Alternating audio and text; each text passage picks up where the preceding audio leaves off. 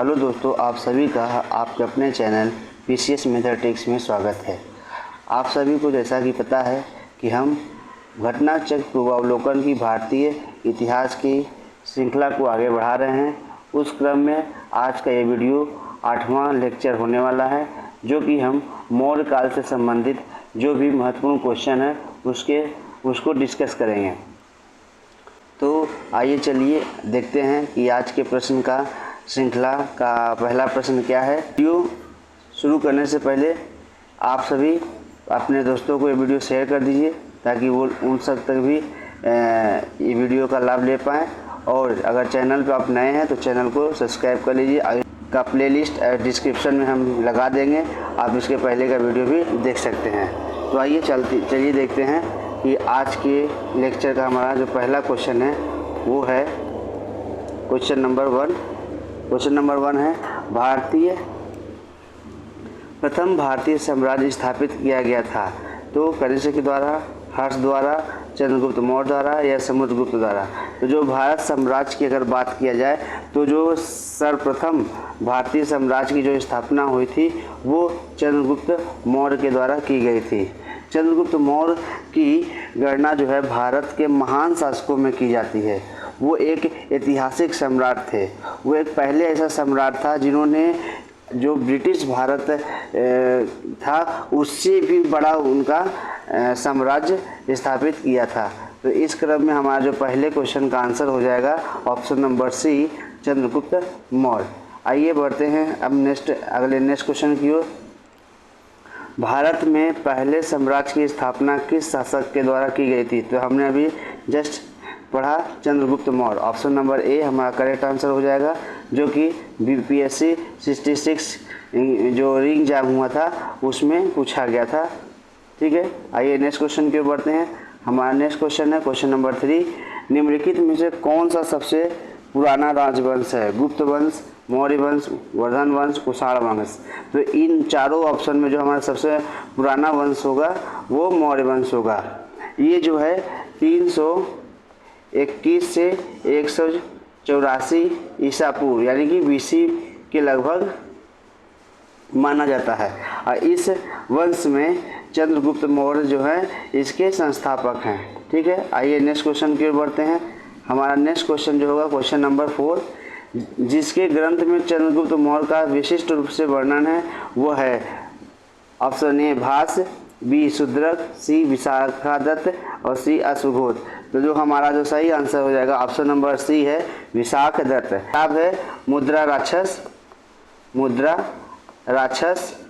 उसमें चंद्रगुप्त मौर्य को एक विस्तृत रूप में दिखाया गया है, उनके बारे में बताया गया है। चंद्रगुप्त को जो है नंदराज के पुत्र के रूप में इस पुस्तक में बताया गया है। ठीक है, तो आइए हम नेक्स्ट क्वेश्चन की ओर बढ़ते हैं। हमारा नेक्स्ट क्वेश्चन नंबर 5। यूनानी लेखक जस्टिन द्वारा किसे सेंड्रोकोटस कहा गया है? तो ये जो है चंद्रगुप्त मौर्य को सेंड्रोकोटस द्वारा कहा गया है। जो विलियम जोन्स थे वो पहले विद्वान थे जो चंद्रगुप्त मौर्य को सेंड्रोकोटस के रूप में पहचाना है। ठीक है, नेक्स्ट क्वेश्चन आते हैं क्वेश्चन नंबर 6। सेंड्रोकोटस से चंद्रगुप्त मौर्य की पहचान किसने की? तो अभी हमने बताया विलियम जोन्स ने। तो ऑप्शन नंबर ए। ठीक है, नेक्स्ट क्वेश्चन की ओर बढ़ते हैं। हमारा नेक्स्ट क्वेश्चन है क्वेश्चन नंबर 7। निम्न में से किसने सेंड्रोकोटस और सिकंदर महान की भेंट का उल्लेख किया है? तो ये जो है जस्टिन ने किया है। ठीक है, नेक्स्ट क्वेश्चन की ओर बढ़ते हैं। कौटिल्य प्रधानमंत्री थे, तो कौटिल्य प्रधानमंत्री किसके शासनकाल में थे? तो आप सभी जानते हैं चंद्रगुप्त मौर्य के शासनकाल में थे। क्योंकि और कौटिल्य के बारे में अगर हम बात करें तो ये जो है अर्थशास्त्र के जनक हैं, अर्थशास्त्र के जनक भी माने जाते हैं। ठीक है, आइए नेक्स्ट क्वेश्चन देखते हैं। हमारा जो नेक्स्ट क्वेश्चन है, चाणक्य अपने बचपन में किस नाम से जाने जाते थे? अजय, चाणक्य, विष्णुगुप्त या देवगुप्त। तो जो चाणक्य थे उनको बचपन में विष्णुगुप्त के नाम से जाना जाता था। जो ऋषि चाणक्य थे उन्हीं के पुत्र का नाम चाणक्य रखा गया था। ठीक है, तो अर्थशास्त्र जो है इन्होंने लिखा था, अभी हमने बताया आइए नेक्स्ट क्वेश्चन की ओर बढ़ते हैं। क्वेश्चन नंबर 10, चाणक्य का अन्य नाम क्या था? तो अभी हमने पढ़ा Vishnugupta. Next question, question number 11, Kautilya की पुस्तक अर्थशास्त्र किस विषय पर आधारित है? तो कौटिल्य की पुस्तक, कौटिल्य कौन है? ये वही चाणक्य जी हैं। तो जो कौटिल्य की पुस्तक है आर्थिक संबंध या शासन के सिद्धांत और अभ्यास, विदेश नीति या धन संचय। तो जो अर्थशास्त्र यानी कि चाणक्य के जो बुक है वो जो है अर्थशास्त्र के शासन के सिद्धांत और अभ्यास की पुस्तक है। ठीक है, तो जो हमारा सही आंसर हो जाएगा ऑप्शन नंबर ई हो जाएगा। ये जो है बीपीएससी 63 क्वेश्चन में 2017 में पूछा गया क्वेश्चन है। ये पुस्तक जो है विदेश नीति की भी व्याख्या करता है, शासन के सिद्धांत और अभ्यास की भी व्याख्या करता है। ठीक है, नेक्स्ट क्वेश्चन की ओर आते हैं। हमारा क्वेश्चन नंबर 12, कौटिल्य का अर्थशास्त्र एक है, चंद्रगुप्त मौर्य के संबंध में नाटक, आत्मकथा, चंद्रगुप्त मौर्य का इतिहास या शासन के सिद्धांतों की पुस्तक। तो हमने अभी पढ़ा है शासन के सिद्धांतों की पुस्तक और अभ्यास। ठीक है, नेक्स्ट क्वेश्चन की बढ़ते हैं। क्वेश्चन नंबर 13 दिया है, निम्नलिखित में से राज्य के सप्तांग सिद्धांत के अनुसार राज्य का 7वां अंग कौन सा था? जनपद, दुर्ग, मित्र या कोष? तो जो 7वां अंग था वो था मित्र, यानी ऑप्शन नंबर सी।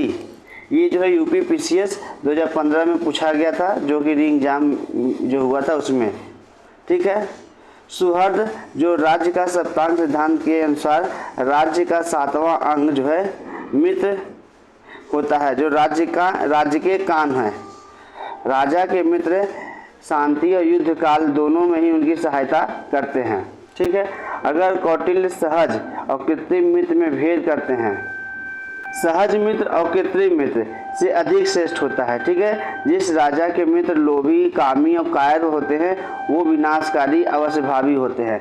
तो ये जाहिर सी बात है, अगर मित्र आपके अच्छे नहीं हैं तो आपके लिए विनाश का ही कार्य करेंगे। इसीलिए अपने मित्रों को सही से पहचानिए। ठीक है, नेक्स्ट क्वेश्चन के बढ़ते हैं। क्वेश्चन नंबर 14, कौटिल्य के अर्थशास्त्र में किस पहलू पर प्रकाश डाला गया है? आर्थिक जीवन, राजनीतिक जीवन, धार्मिक जीवन या सामाजिक जीवन? तो वो जो है राजनीतिक जीवन पे प्रकाश डाला गया है, ऑप्शन नंबर बी।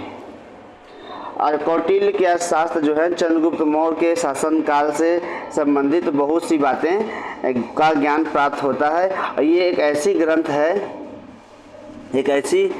है जो राजनीतिक शास्त्र का एक अद्वितीय ग्रंथ है। ठीक है, नेक्स्ट क्वेश्चन की ओर बढ़ते हैं। क्वेश्चन नंबर 15, कौटिल्य अर्थशास्त्र के अनुसार निम्नलिखित में से कौन सा सही है? न्यायिक दंड के परिणाम स्वरूप कोई व्यक्ति दास हो सकता था। स्त्री दास अपने मालिक के सत्संग से पुत्र जनन पर कानूनी तौर पर मुक्त हो जाती थी। ये हमारा सही आंसर हो जाएगा। स्त्री दास का मालिक उस स्त्री से पैदा हुए पुत्र का पिता हो तो उस पुत्र को मालिक का पुत्र होने का कानूनी हक मिलता था। नहीं, ऐसा नहीं है। तो और ऑप्शन नंबर 1 ऐसा नहीं है। ये ऑप्शन नंबर 1 न्यायिक दंड के परिणाम स्वरूप कोई व्यक्ति दास हो सकता था। तो ये हमारा सही है। तो जो हमारा सही आंसर होगा 1 और 2 देख लेते हैं। ऑप्शन नंबर हमारा 1 और 2 इसमें ए दिया है, तो हमारा सही ऑप्शन हो जाएगा ए। ठीक है, नेक्स्ट क्वेश्चन की ओर बढ़ते हैं। क्वेश्चन नंबर 16, निम्नलिखित में से किसके तुलना मैकियावेली के प्रिंस से की गई है? तो जो है कौटिल्य के अर्थशास्त्र की तुलना जो है मैकियावेली प्रिंस से की गई है। नेक्स्ट क्वेश्चन आते हैं। क्वेश्चन नंबर 17, किसके शासनकाल में डिमेकस भारत आया था? तो ये जो है बिंदुसार के काल में भारत आया था। स्ट्रैबो के अनुसार सीरिया का राजा जो एंटियोकस प्रथम ने डिमेकस को अपना राजदूत बनाकर बिंदुसार की राजसभा में भेजा था। यह मैग्नेथनीज के नाम से आया था। ये बात आपको ध्यान देनी है। नेक्स्ट क्वेश्चन है बिंदुसार के शासनकाल में अशोक ने अवंती महाजनपद जीतकर मौर्य साम्राज्य में मिला लिया था। इसका उल्लेख किस ग्रंथ में मिलता है? तो ये जो है बुद्ध घोष के समंत पाशादिका में मिलता है। ठीक है, तो हमारा जो सही आंसर हो जाएगा आंसर नंबर ए। ठीक, नेक्स्ट क्वेश्चन नंबर 19। पाटलिपुत्र में स्थित चंद्रगुप्त का महल जो है मुख्यतः बना है, किसका बना है? तो वो जो है लकड़ी का बना है। बिहार में पटना स्थित यानी कि उस समय का पाटलिपुत्र में स्थित जो है बुलंदी बाग एवं कुम्भहार में की गई खुदाई से चंद्रगुप्त मौर्य के जो विशाल भवन मिले हैं वो जो है लकड़ी के बने हुए मिले हैं, यानी कि श्रेय स्पूनर महोदय को जाता है। अगर इसकी खोज का श्रेय अगर हम देते हैं तो ये स्पूनर महोदय को जाता है। बुलंदी बाग से नगर के परकोटे के अवशेष और कुम्भहार से राजप्रसाद के अवशेष प्राप्त हुए हैं। ठीक है, नेक्स्ट क्वेश्चन की बढ़ते हैं। Question number 20। किस प्राचीन नगर के अवशेष कुम्भहार स्थल से प्राप्त हुए हैं? तो ये जो है हमने अभी पढ़ा पाटलिपुत्र यानी पटना बिहार। बुलंदी बाग प्राचीन स्थान था कहाँ? पाटलिपुत्र में।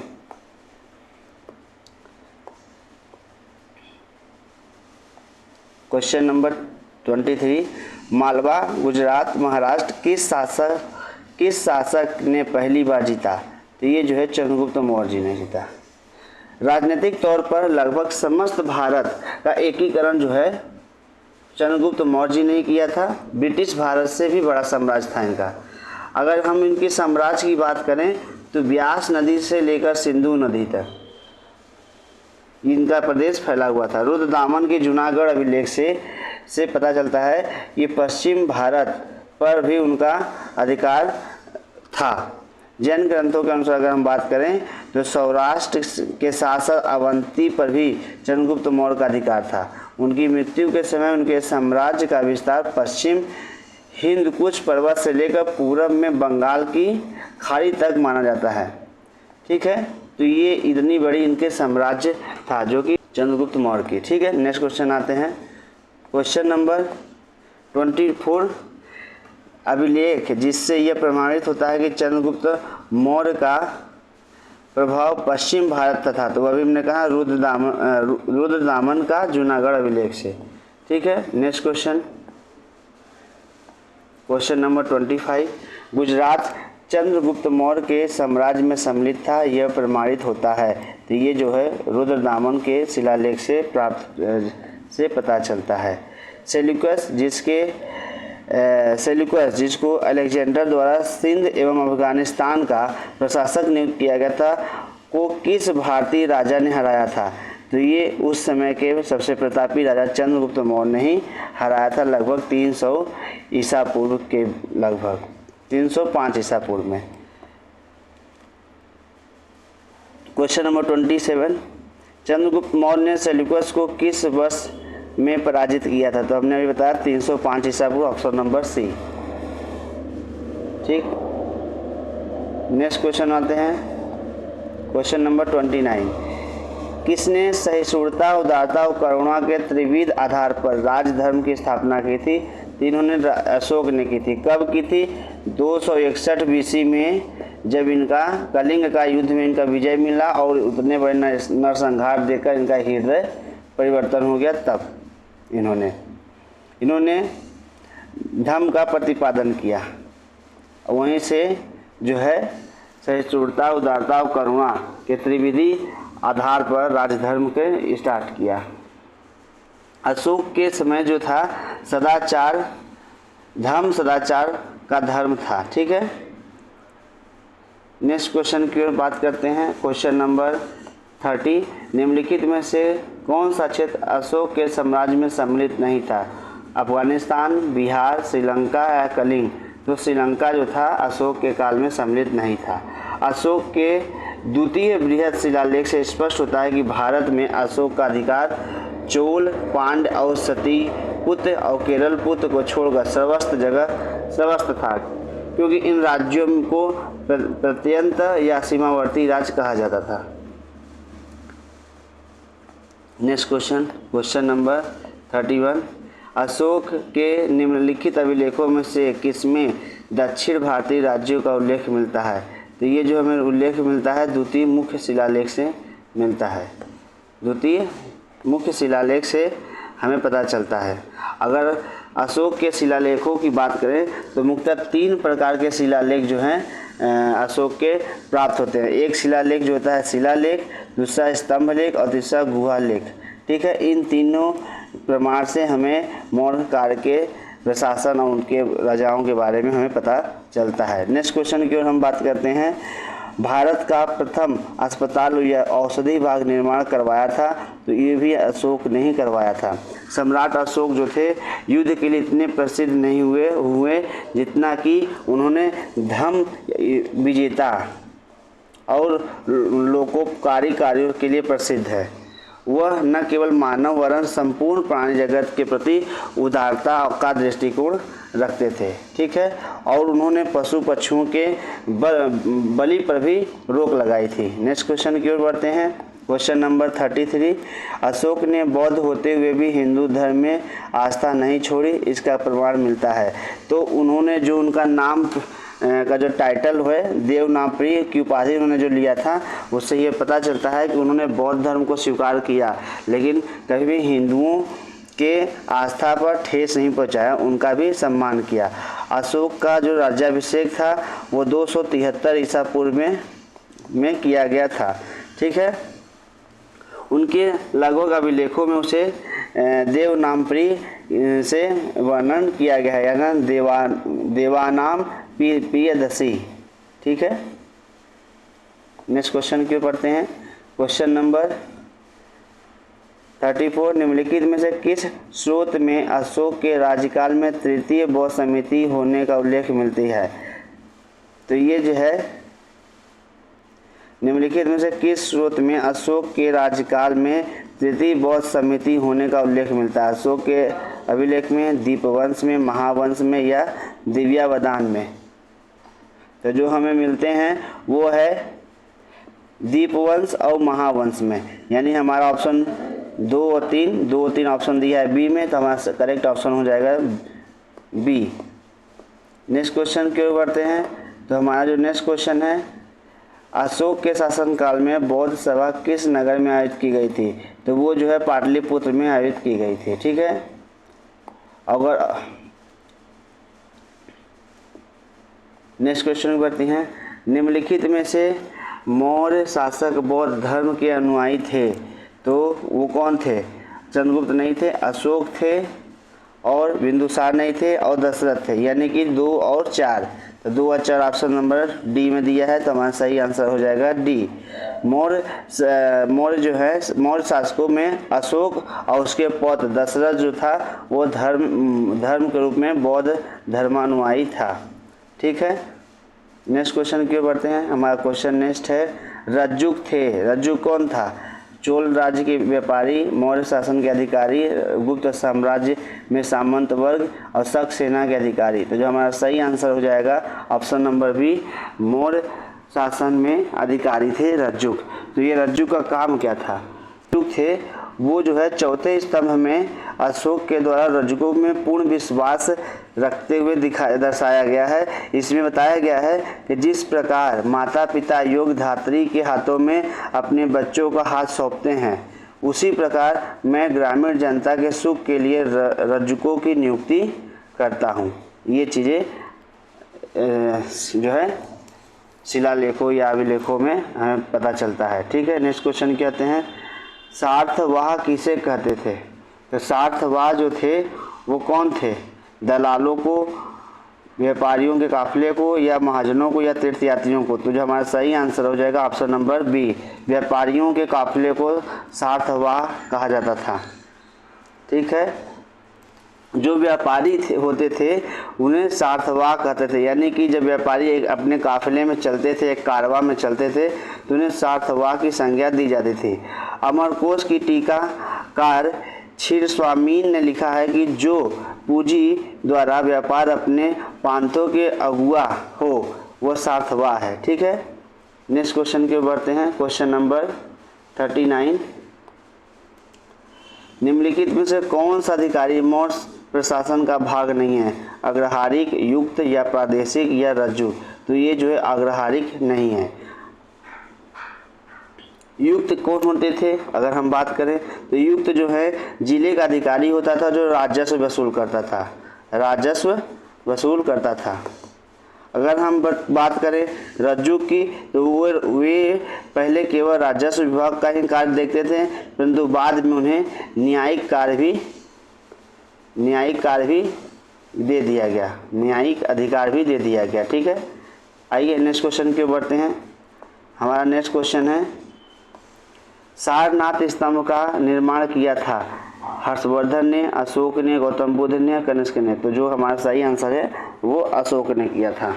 सारनाथ स्तंभ का जो निर्माण जो है अशोक ने किया था। इस स्तंभ पर 4 सिंहों की आकृति बनी हुई है जो कि शक्ति का प्रतीक है। इसी प्रतिकृति को भारत सरकार ने अपने प्रतीक चिन्ह के रूप में लिया हुआ है। यह स्तंभ मौर्य युगीन वास्तुकला का सबसे अच्छा उदाहरण है।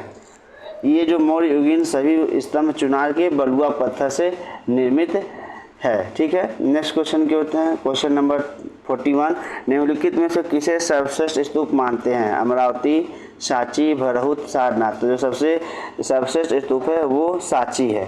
ठीक है, नेक्स्ट क्वेश्चन की ओर बढ़ते हैं। हमारा नेक्स्ट क्वेश्चन जो है क्वेश्चन नंबर, सांची का स्तूप किस शासक ने बनवाया था? तो ये अभी हमने पढ़ा, अशोक ने बनवाया था। सांची का स्तूप किसने बनवाया था? तो अशोक ने बनवाया था। विश्व प्रसिद्ध पर्यटन स्थल सांची का प्राचीन नाम क्या है? तो ये जो है काकड़ाम है। विश्व प्रसिद्ध पर्यटन स्थल जो सांची है जो मध्य प्रदेश में स्थित है, रायसेन जिले में, यह पर्वत के ऊपर कई स्तूपों का निर्माण किया गया। इस कारण इसे महावंश या चेती नाम जो है काकड़ाम महाविहार मिलता है। ठीक है, नेक्स्ट क्वेश्चन क्या आते हैं, क्वेश्चन नंबर 45, भरहुत का स्तूप किस राजवंश के काल का सुंदर उदाहरण है? तो ये जो है शुंगकालीन स्थापत्य कला का सुंदर उदाहरण है। भरहुत और सांची के स्तूप की स्थापना मौर्य शासक अशोक के शासनकाल में हुई थी। भरहुत स्तूप की पाषाण वेदिका एवं तोरणों का निर्माण शुंग काल में किया गया। ठीक है, नेक्स्ट क्वेश्चन क्या आते हैं, निम्नलिखित में से किस स्तूप के तोरण द्वार पर अशोक एवं उसकी दो रानियों के साथ बोधिवृक्ष तीर्थ यात्रा का अंकन किया गया है? तो वह जो है सांची में किया गया है। सांची कहाँ है? मध्य प्रदेश रायसेन जिले में पड़ता है।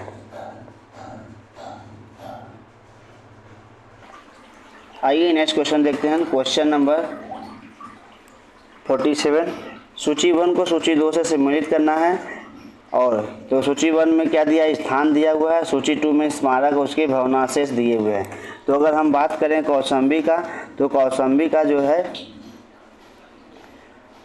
घोषिताराम मठ है। और कुशीनगर कहाँ है? रानाभर स्तूप से मैच होगा। और सारनाथ जो है धमेख स्तूप, और श्रावस्ती जो है सहेत महत। तो आइए मैच करा लेते हैं। ए का 2 ऑप्शन नंबर ए में दिया है, और बी का 3, तो बी का 3 नहीं दिया है, तो बी का 3 देखते हैं और ऑप्शन नंबर में मैच कराते हैं। बी का 3 या ए का 2, तो हमारा सही आंसर हो जाएगा ऑप्शन नंबर सी। ठीक है, तो देख लेते हैं, कौशाम्बी का घोषिताराम मठ, कुशीनगर का राणा भर स्तूप, और सारनाथ का धम्यक स्तूप, और श्रावस्ती का सहेत महत। ठीक है, नेक्स्ट क्वेश्चन की ओर बढ़ते हैं। हमारा जो नेक्स्ट क्वेश्चन है क्वेश्चन नंबर 48, तीर्थ यात्रा के समय सम्राट अशोक निम्नलिखित स्थानों पर गए, किस मार्ग का अनुगमन किया था? मतलब किस किस मार्ग से उन्होंने होकर गए थे? तो वो जो है सबसे पहले लुम्बिनी गए, लुम्बिनी के बाद कपिलवस्तु के बाद गया के बाद सारनाथ के बाद कुशीनगर के बाद फिर श्रावस्ती। तो हम मैच कर लेते हैं 4, 2, 1, 5, 3 और 6। तो हमारा जो सही ऑप्शन दिया है ऑप्शन नंबर डी दिया है, तो हमारा सही आंसर हो जाएगा डी। नेक्स्ट क्वेश्चन की ओर आते हैं, क्वेश्चन नंबर 49, अशोक के शिलालेखों में प्रयुक्त भाषा है संस्कृत, प्राकृतिक, पाली या हिंदी। तो जो प्रयुक्त भाषा है वो पाली भाषा है। अशोक के शिलालेखों में जितने जो हैं सब पाली भाषा है। अगर हम बात करें कि उनके शिलालेखों को 3 भागों में विभाजित किया जा सकता है, शिलालेख, स्तंभ लेख और गुहा लेख। ये हमने ऊपर वाले क्वेश्चन में भी आप सभी को बताया। अभी तक जो शिलालेख मिले हैं कुल 14 विभिन्न प्रकार के एक समूह हैं जो भिन्न भिन्न स्थानों से प्राप्त हुए हैं। अगर हम बात करें शाहबाजगढ़ी, मानसेहरा, कालसी, गिरनार, धौली और जौगढ़ या एरागुडी तथा सोपारा, तो ये सब जो है प्राकृतिक भाषा या ब्राह्मी भाषा में लिखी गई हैं। और जो 2 अभिलेख जो है शाहबाजगढ़ी और मानसेहरा, ये जो है खगोष्ठी भाषा में, यही 2 केवल जो है खगोष्ठी भाषा में है। तो ये हमारा इंपॉर्टेंट हो गया, इस पर स्टार मार्क लगा लेते हैं। और फिर लक्षशिला से आर्मेयिक लिपि में लिखा गया एक भवन अभिलेख यह सर एक ऊना नामक स्थान से ग्रीक तथा आर्मेयिक लिपियों द्वारा लिखा गया द्विभाषीय अभिलेख प्राप्त हुए हैं। लंगमान नामक स्थान से आर्मेयिक लिपि में लिखा अशोक के भी अभिलेख प्राप्त हुए हैं। ठीक है, नेक्स्ट क्वेश्चन देखते हैं। निम्नलिखित में से कौन अशोककालीन अभिलेख खगोष्ठी लिपि में है? तो हमने बताया था अभी जो है शाहबाजगढ़ी जो है खगोष्ठी लिपि में मिला है। पत्थर पर प्राचीन शिलालेख किस भाषा में मिले हैं? तो ये जो है प्राकृतिक भाषा मिले हैं, हमने अभी क्वेश्चन में पढ़ के आया हुआ है। नेक्स्ट क्वेश्चन नंबर, ब्राह्मी लिपि का प्रथम उद्वाचन किस पर उत्कीर्ण अक्षरों से किया गया है? पत्थर की पट्टियों पर, मुहरों पर, स्तंभों पर या सिक्कों पर? तो पत्थर की पट्टियों पर। अगर हम ब्राह्मी लिपि का जो प्रथम उद्वाचन अगर बात करें तो वो है पत्थर की पट्टियों पर किया गया है। ठीक है, इस कार्य को संपादित करने वाले जो प्रथम विद्वान थे वो थे जेम्स प्रथम, जिन्होंने अशोक के शिलालेखों को पढ़ने का श्रेय जाता है। ठीक है, नेक्स्ट क्वेश्चन है क्वेश्चन नंबर 53। अशोक के शिलालेखों को सर्वप्रथम किसने पढ़ा? तो अभी हमने पढ़ा क्यों? James Prinsep. तो हमारा जो सही आंसर हो जाएगा James Prinsep, option number C. Next question की ओर आते हैं क्वेश्चन नंबर 54। अशोक के शिलालेखों को सर्वप्रथम पढ़ा था जेम्स प्रिंसेप ने। ब्राह्मी लिपि को सर्वप्रथम किसने पढ़ा था? तो जेम्स प्रिंसेप ने। देखिए एक ही क्वेश्चन कितनी बार रिपीट हो रहे हैं। अशोक के शिलालेख को पढ़ने वाला प्रथम अंग्रेज कौन था? James Prinsep, option number D. सम्राट अशोक के राजादेशों का सबसे पहले विकुटन किसने किया था? तो वो भी जेम्स प्रिंसेप ने ही किया है। नेक्स्ट क्वेश्चन आते हैं क्वेश्चन नंबर 58। मौर्य साम्राज्य के पेशावर के निकट उत्तर पश्चिम भाग में शिलालेख थे, तो वो जो थे खगोष्ठी लिपि में थे। ठीक है, ये क्वेश्चन हमें याद करना है। नेक्स्ट क्वेश्चन है क्वेश्चन नंबर 59। वह स्थान जहाँ प्राक अशोक ब्राह्मी लिपि का पता चलता है तो वो अनुराधापुर है।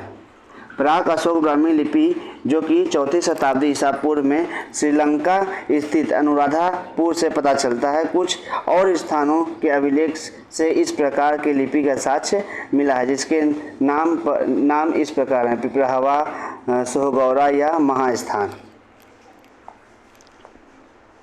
नेक्स्ट क्वेश्चन की अगर हम बात करें तो नेक्स्ट क्वेश्चन हमारा 60 नंबर है। प्राचीन भारत में निम्नलिखित में से कौन सी एक लिपि दाईं ओर से प्राचीन भारत में निम्नलिखित में से कौन सी एक लिपि दाईं ओर से बाईं ओर लिखी जाती है? तो ये जो है खगोष्ठी लिपि जो है। ठीक है, ये जो है प्राचीन भारत में जो लिपि है ये दाएं से बाएं लिखी जाने वाली लिपि है। इसे पढ़ने का श्रेय जो है प्रिंसेप को जाता है। 1835 में इन्होंने इसको पढ़ा था। ठीक है, ये जो है मुख्यतः उत्तर पश्चिम भारत की लिपि मानी जाती है। नेक्स्ट क्वेश्चन आते हैं। नेक्स्ट क्वेश्चन से पहले आप सभी से हम एक बार फिर कहेंगे कि वीडियो को अपने दोस्तों के साथ शेयर कर दें, किसी ग्रुप में शेयर कर दें, ताकि इस चैनल पर जो ये लेक्चर अपलोड हो रही हैं वो सभी तक पहुंच पाए और इसका लाभ हर स्टूडेंट ले पाए। तो आप अपने ग्रुप में इसे शेयर कर दें और अगर चैनल पर आप नए हैं तो चैनल को सब्सक्राइब कर लें। ठीक है। निम्नलिखित में से प्राचीन भारत की कौन सी लिपि दाहिने से बाईं ओर लिखी जाती थी? तो हमने भी पढ़ा खगोष्ठी लिपि।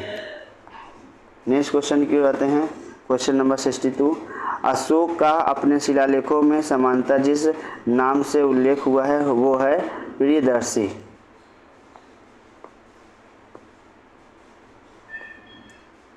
नेक्स्ट क्वेश्चन है क्वेश्चन नंबर 63। अपने शिलालेखों में अशोक समानता किस नाम से जाना जाते थे? तो वो है प्रियदर्शी।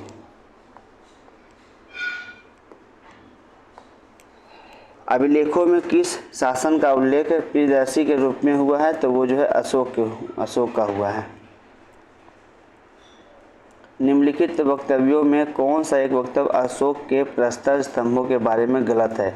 इन पर बढ़िया पालिश है, ये सही है। ये अखंड है, ये भी सही है। स्तंभों का सेप्ट शुंडाकार है, ये भी सही है। ये स्थापत्य संरचना का भाग है, नहीं, ये सही नहीं है। तो हमारा जो सही आंसर हो जाएगा डी। अशोक के प्रस्तर स्तंभ जो है स्थापत्य संरचना का भाग नहीं है, बल्कि एक पृथक संरचना है। ठीक है। नेक्स्ट क्वेश्चन चलते हैं। Question number 66। निम्नलिखित में से किस उभारदार मूर्ति शिल्प शिलालेख में अशोक के प्रस्तर रूप चित्र के साथ रानियों अशोक यानी राजा अशोक उल्लेखित है? तो ये जो है कंगनहल्ली, ऑप्शन नंबर ए। कर्नाटक का जो कलबुर्गी जिले में भीमा नदी के किनारे जो कंगनहल्ली है उसमें बौद्ध स्तूप है। यहाँ सम्राट अशोक का रानी के साथ प्रस्तर पर रूप चित्र उत्कीर्ण किया गया है, जिसके नीचे रानियों अशोक यानी कि राजा अशोक लिखा हुआ है। निम्नलिखित में से किस एक अभिलेख में अशोक के व्यक्तिगत नाम का उल्लेख किया गया है? तो वो है कालसी। अगर हम बात करें व्यक्तिगत अभिलेख के, तो इतिहास में हमें मुख्यतः उनके अभिलेखों में ही ज्ञात होता है। उनके अभी तक कुल 40 से अधिक अभिलेख प्राप्त हो चुके हैं। मास्की, गुर्जरा, नेतूर और उडेगोलम के लघु शिलालेखों में अशोक का व्यक्तिगत नाम उल्लेख किया गया है। ठीक है। तो हमारा जो सही आंसर हो जाएगा वो मास्की, ऑप्शन नंबर ए नहीं होगा। नेक्स्ट क्वेश्चन है। निम्नलिखित में से किस लेख में अशोक नाम उल्लेखित है? निम्नलिखित अभिलेखों में से किस लेख में अशोक नाम उल्लेखित है? तो हमारा जो सही आंसर हो जाएगा मास्की का लघु शिलालेख। निम्नलिखित में से किसमें अशोक का नाम उल्लेख है? गुर्जरा, अहरौरा, ब्रह्मगिरी, सारनाथ। तो जो हमें है option number A Gurjara. Next question है क्वेश्चन नंबर 70। क्वेश्चन का अशोक का रुक्मिणीदेही स्तंभ संबंधित है? तो ये जो है बुद्ध के जन्म से संबंधित है। अशोक जो ने अपने राज्याभिषेक के 20 वर्ष बाद लुम्बिनी की यात्रा की थी तथा वहाँ एक शिला स्तंभ स्थापित किया। बुद्ध की जन्मभूमि होने के कारण लुम्बिनी ग्राम जो है बलि कर से मुक्त हो कर दिया गया था। ठीक है। नेक्स्ट क्वेश्चन की बात करें। गुर्जरा लघु शिलालेख जिसमें अशोक के नामोल्लेख किया गया कहाँ स्थित है? तो ये जो है मध्य प्रदेश के दतिया जिले में स्थित है। केवल वह स्तंभ जिसमें अशोक के स्वयं को मगध का सम्राट बताया है वो कौन सा है? वो भाब्रू स्तंभ है। इसमें जो है भाब्रू स्तंभ में अशोक ने मगध का सम्राट बतलाया है। यह अभिलेख जो है अशोक को बौद्ध धर्मावलंबी का प्रमाण देता है, धर्मावलंबी का होने का प्रमाण देता है। कालसी प्रसिद्ध है किसके लिए? अशोक शिलालेख के कारण। कालसी उत्तराखंड के देहरादून जिले में है। यहाँ से अशोक का शिलालेख मिला, इसलिए कालसी का ऐतिहासिक महत्व है।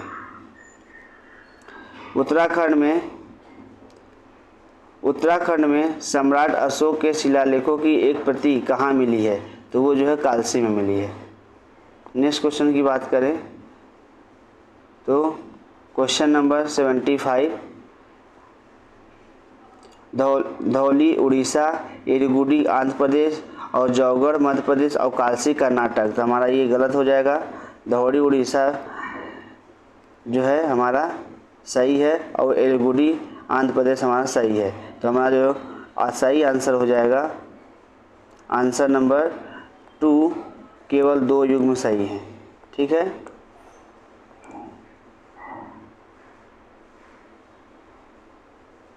नेक्स्ट क्वेश्चन चलते हैं, क्वेश्चन नंबर 76। निम्नलिखित में से कौन सा शिलालेख धार्मिक संश्लेषण के बारे में कहता है? तो जो हमारा 12वां शिलालेख है वो धार्मिक संश्लेषण के बारे में बतलाता है। अशोक का 12वां शिलालेख जो है सभी संप्रदायों के सार तत्व में वृद्धि हो, क्योंकि उसका सबका मूल संयम ही है। हमें सभी संप्रदाय का आदर करना चाहिए। ये बात जो है 12वां शिलालेख में हमें पता चलता है अशोक के बारे में। नेक्स्ट क्वेश्चन है कि कलिंग युद्ध की विजय और क्षतियों का वर्णन अशोक के किस शिलालेख में किया गया है? तो ये जो है शिलालेख जो है 13वें शिलालेख में किया गया। अशोक का जो राज्यकाल है पहली बड़ी घटना जो है कलिंग युद्ध है, जिसमें अशोक की विजय हुई थी, लेकिन उसके इस विजय के बाद भी इस बड़े नरसंहार को देखते हुए उनका हृदय जो है परिवर्तन हो गया और उनको बड़े ही दुख और पीड़ा का सामना करना पड़ा। ठीक है, नेक्स्ट क्वेश्चन की ओर बढ़ते हैं। Question number 78। कलिंग युद्ध का विवरण हमें ज्ञात होता है जो है 13वें शिलालेख से प्राप्त होता है। नेक्स्ट क्वेश्चन आते हैं, क्वेश्चन नंबर 79। किस अभिलेख में कलिंग विजय का वर्णन है? तो ये जो है हाथी गुम्फा अभिलेख में वर्णन है। खारवेल के हाथी गुम्फा अभिलेख जो हमें प्राप्त हुए हैं उससे जो है नंद राजा द्वारा कलिंग विजय कर यहाँ से ले जाई गई जिन प्रतिमा को खारवेल द्वारा वापस लाने का उल्लेख मिलता है। ध्यानतव्य कि अशोक की कलिंग विजय का उल्लेख हमें 13वें शिलालेख में मिलता है। नेक्स्ट क्वेश्चन है, निम्नलिखित में से अशोक जो हैं अभिलेखों में से पूर्ण रूपेण धार्मिक सहिष्णुता के प्रति समर्पित हुए थे। लेख में जो है संप्रदायों के सार की वृद्धि होने की कामना की गई है और धार्मिक सहिष्णुता का पालनीय उपाय बताया गया है। नेक्स्ट क्वेश्चन है, क्वेश्चन नंबर 81। निम्नलिखित में से किस शासक ने अपनी प्रजा को इस अभिलेख के माध्यम से परामर्श दिया कि कोई भी व्यक्ति जो अपने संप्रदाय को महिमा मंडित करने की दृष्टि से अपने धार्मिक संप्रदाय की प्रशंसा करता है या अपने संप्रदाय के प्रति अत्यधिक भक्ति के कारण अन्य संप्रदायों की निंदा करता है, वो अपितु अपने संप्रदाय की गंभीर रूप से हानि पहुंचा रहा है? तो ये जो है अशोक ने बताया था। तो ये बात तब की है, इसका मतलब ये हुआ कि अगर आप जिस संप्रदाय से को मानते हैं या जिस संप्रदाय में आपकी भक्ति है उसमें रुचि होने के साथ साथ आपको अदर संप्रदाय का भी सम्मान करना चाहिए। नहीं तो अगर आप अपने संप्रदाय की भक्ति अपने संप्रदाय से प्रेम करते हैं और अगर दूसरे संप्रदाय की आप निंदा करते हैं तो ये मान चलिए कि आप अपने संप्रदाय के लिए एक खतरा हैं। ठीक, नेक्स्ट क्वेश्चन, क्वेश्चन नंबर 83। निम्नलिखित में से किस दक्षिण राज्य का उल्लेख अशोक के अभिलेखों में नहीं है? तो वो जो है सातवाहन। टॉलमी फिलाडेल्फस जिसके साथ अशोक के राजनयिक संबंध थे, कहाँ का शासक था? तो वो जो था मिस्र का शासक था। Option number B. Next question, Ashok का समकालीन तुर्मय कहाँ का राजा था? तो वो मिस्र का राजा था। निम्नलिखित में से किस राजवंश के शासकों के सुदूर देशों जैसे सीरिया मिस्र के साथ राजकीय नहीं संबंध थे? तो वो जो थे मौर्य के थे। अशोक का धर्म का मूल संदेश क्या है? राजा के प्रति वफादारी, शांति एवं अहिंसा, या बड़ों का समय, या धार्मिक सहनशीलता? तो अगर हम बात करें तो शांति और अहिंसा और धार्मिक सहनशीलता, तो हमारा सही आंसर हो जाएगा ऑप्शन नंबर ई। अशोक का जो धर्म और नैतिक सिद्धांत है वो नैतिक संहिता के हिसाब से अशोक अपने दूसरे और 7वें शिलालेख के माध्यम से संदेश देता है कि उपासिनवे बहुकियाने दया दाने सचे सोचये मादये साध्वेच, अर्थात कि कम पाप करना, कल्याण करना, दया दान करना, सत्य बोलना, पवित्र से रहना, स्वभाव में मधुरता तथा साधुता बनाए रखना। इस प्रकार धर्म के मूल संदेश में शांति और अहिंसा, बड़ों का सम्मान, धार्मिक सहनशीलता निहित है। ठीक है, नेक्स्ट क्वेश्चन। निम्नलिखित में से अशोक के किस अभिलेख में पारंपरिक अवसरों पर पशु बलि का रोक लगाई गई है? ऐसा लगता है कि यह पाबंदी पशुओं के वध पर थी। तो ये जो है स्तंभ अभिलेख के 5वें में।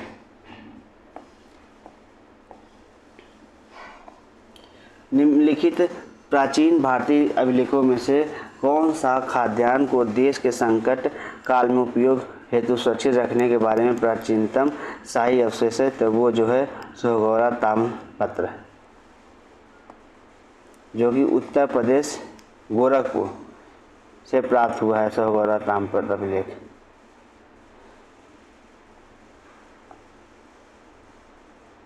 Next question, question number 19 number.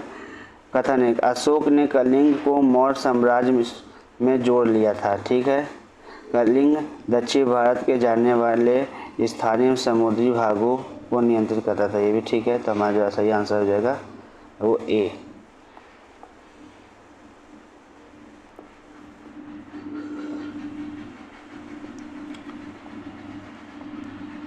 प्रसिद्ध यूनानी राजदूत मेगनथनीज भारत में किसके दरबार में आया था? तो वो चंद्रगुप्त मौर्य के काल में आया था। मेगनथनीज द्वारा सेल्यूकस निकेटर द्वारा चंद्रगुप्त मौर्य के राज्यसभा में भेजा गया यूनानी राजदूत था। इसके पूर्व अराकोसिया के क्षत्रप के राज दरबार में सेल्यूकस का राजदूत बनकर रह चुका था। भारत में उसने जो कुछ भी देखा सुना उसने अपने इंडिका नामक पुस्तक में लिखा हुआ है। मेगनथनीज दूत था, किसका दूत था? वो सेल्यूकस का था। किसके शासनकाल में मेगनथनीज भारत आया था? वो चंद्रगुप्त मौर्य के काल में आया था। मौर्य साम्राज्य का 7 वर्गों में विभाजन किसने किया है? तो उसने मेगनथनीज ने किया है कि 7 वर्गों में विभाजन किया है कि भारत के लोग 7 वर्ग में डिवाइड थे। वो 7 वर्ग कौन से थे? दार्शनिक, कृषक, पशुपालक, शिल्पकार, योद्धा, निरीक्षक और मंत्री एवं उपदेशक। मेगनथनीज जो है वो बताता है कि भारत में जो है दास प्रथा नहीं थी, यानी दास प्रथा का उल्लेख उसने नहीं किया है। और मौर्य काल में कोई भी व्यक्ति न तो अपनी जाति से बाहर विवाह कर सकता था और न ही अपनी पेशा भिन्न अपना सकता था। ये चीज़ें उन्होंने बताई है।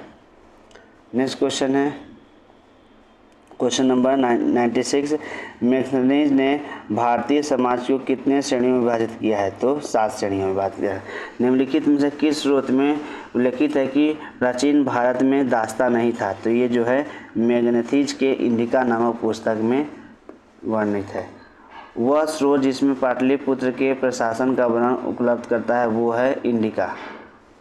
नेक्स्ट क्वेश्चन, निम्नलिखित में से कौन सा स्रोत मौर्यों के नगर प्रशासन का विस्तृत विवरण प्रस्तुत करता है?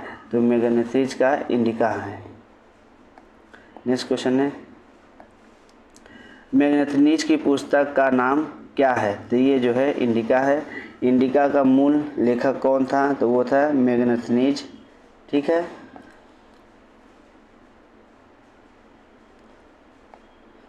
इंडिका का लेखक कौन था? मेगस्थनीज। और इंडिका का लेखक कौन है? मेगस्थनीज। तो इस प्रकार जो है हम इस लेक्चर में कुल 105 प्रश्न को हल किए मौर्य काल से संबंधित।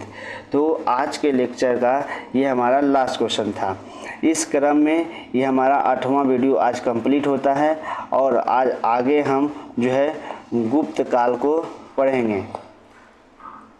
तो इस श्रृंखला आप सभी को कैसा लग रहा है आप सभी कमेंट में ज़रूर बताएं और चैनल को ज़रूर से ज़रूर सपोर्ट करें। आप सभी के सपोर्ट की बहुत ज़रूरत है।